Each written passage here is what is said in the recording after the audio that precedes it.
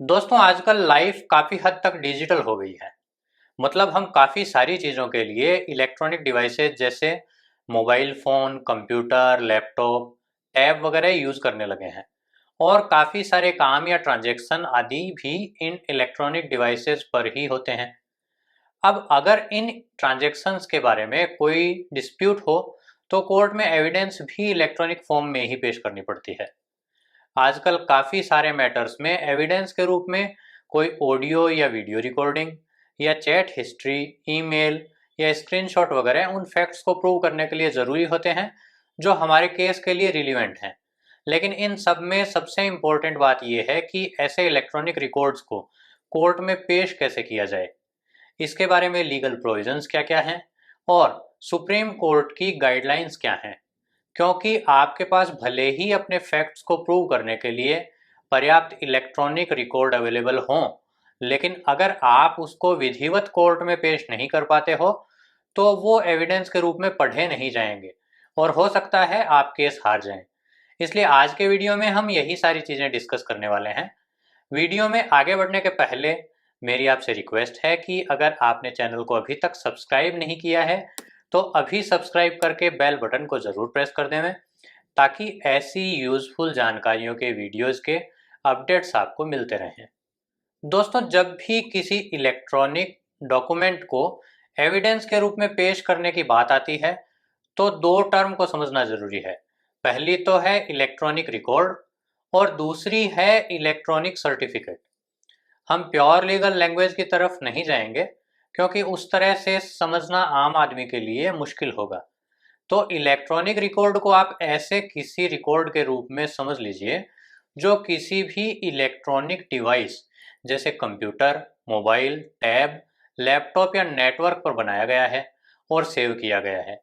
इसमें सारी चीज़ें आ जाती है जैसे ईमेल, चैट, स्क्रीनशॉट, ऑडियो या वीडियो रिकॉर्डिंग आदि। तो अब हमें अगर ऐसे किसी भी इलेक्ट्रॉनिक रिकॉर्ड को कोर्ट में एविडेंस के रूप में पेश करना है तो उसके लिए इंडियन एविडेंस एक्ट की सेक्शन 65 बी के प्रोविजंस लागू हो जाएंगे। इस सेक्शन की सबसेक्शन 2 में ऐसे रिकॉर्ड को पेश करने के लिए 4 शर्तें बताई गई हैं, जिनमें से पहली तो ये है कि कंप्यूटर रिकॉर्ड जिस टाइम पर बनाया गया था उस टाइम वो डिवाइस ऐसे व्यक्ति के उपयोग और नियंत्रण में था जो ऐसा करने के लिए अधिकृत था।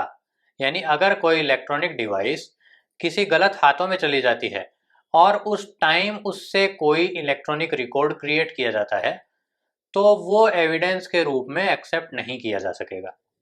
दूसरी शर्त यह है कि डिवाइस में जो इंफॉर्मेशन सेव की गई है वो रूटीन में रेगुलरली फीड की जाने वाली इंफॉर्मेशन हो।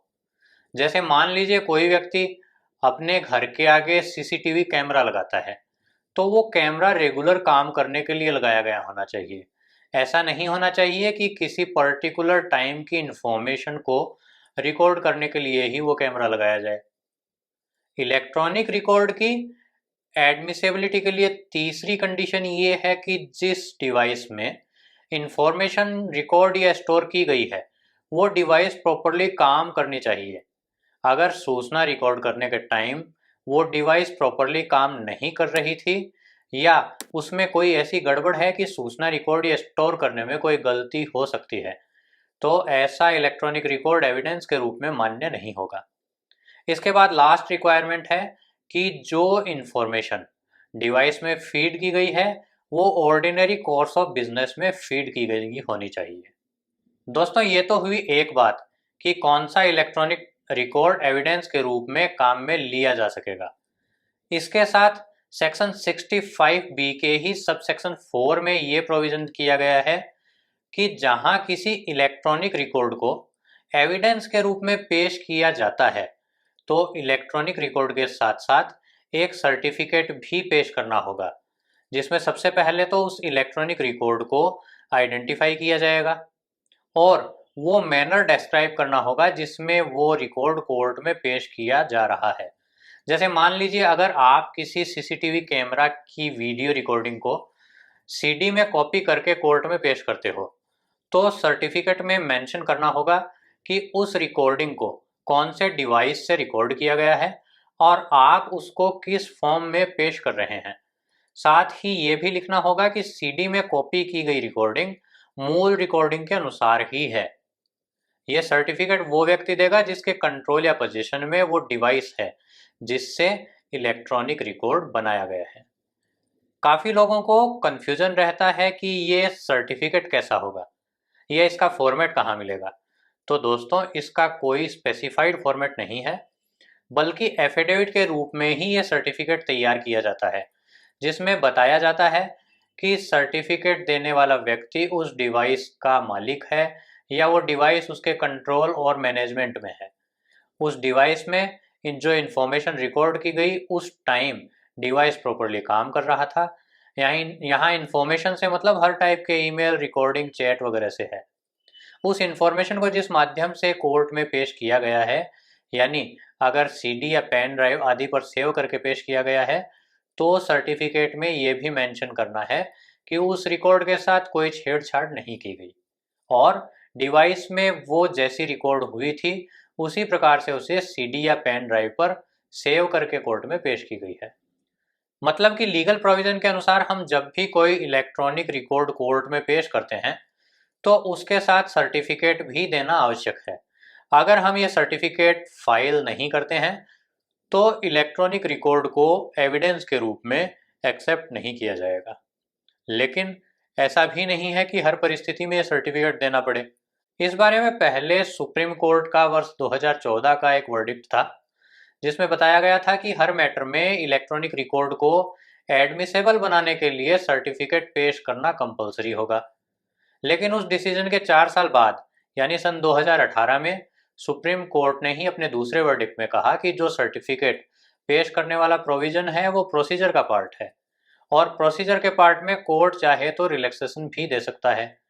लेकिन इस बारे में पूरी क्लियरिटी आई सुप्रीम कोर्ट के 2020 के एक जजमेंट से, जिसमें यह कहा गया कि जहां पर वो ओरिजिनल डिवाइस ही कोर्ट में पेश कर दी जाती है जिसके द्वारा इलेक्ट्रॉनिक रिकॉर्ड को तैयार किया गया है, तो सर्टिफिकेट की जरूरत नहीं होगी और ऐसी स्थिति में वो electronic record primary piece of evidence के रूप में पढ़ा जाएगा। लेकिन जहां पर मूल डिवाइस पेश करना संभव ना हो या पेश ना की जाए तो उस परिस्थिति में इलेक्ट्रॉनिक सर्टिफिकेट पेश करना कंपलसरी होगा।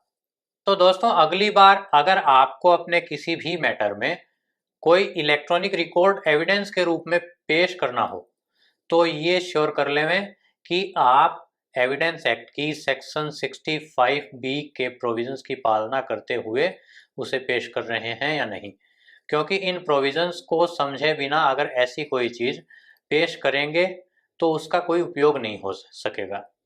उम्मीद है आप वीडियो में बताए प्रोविजंस को समझ पाए होंगे। अगर कोई कन्फ्यूजन है तो एक बार फिर से वीडियो को देख लीजिए। दोस्तों, आपको अपने किसी भी लीगल या टैक्स रिलेटेड मैटर पर एडवाइस लेनी हो या आपके कोई सवाल हैं तो आप स्क्रीन पर दिखाई दे रहे नंबरों पर कांटेक्ट करके हमारे लीगल एक्सपर्ट या टैक्स एडवाइज़र से बात करने के लिए कॉल बुक भी करवा सकते हैं।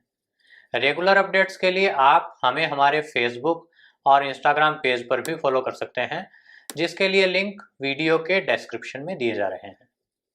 अभी के लिए इतना ही, जल्दी ही मिलते हैं अगली वीडियो में।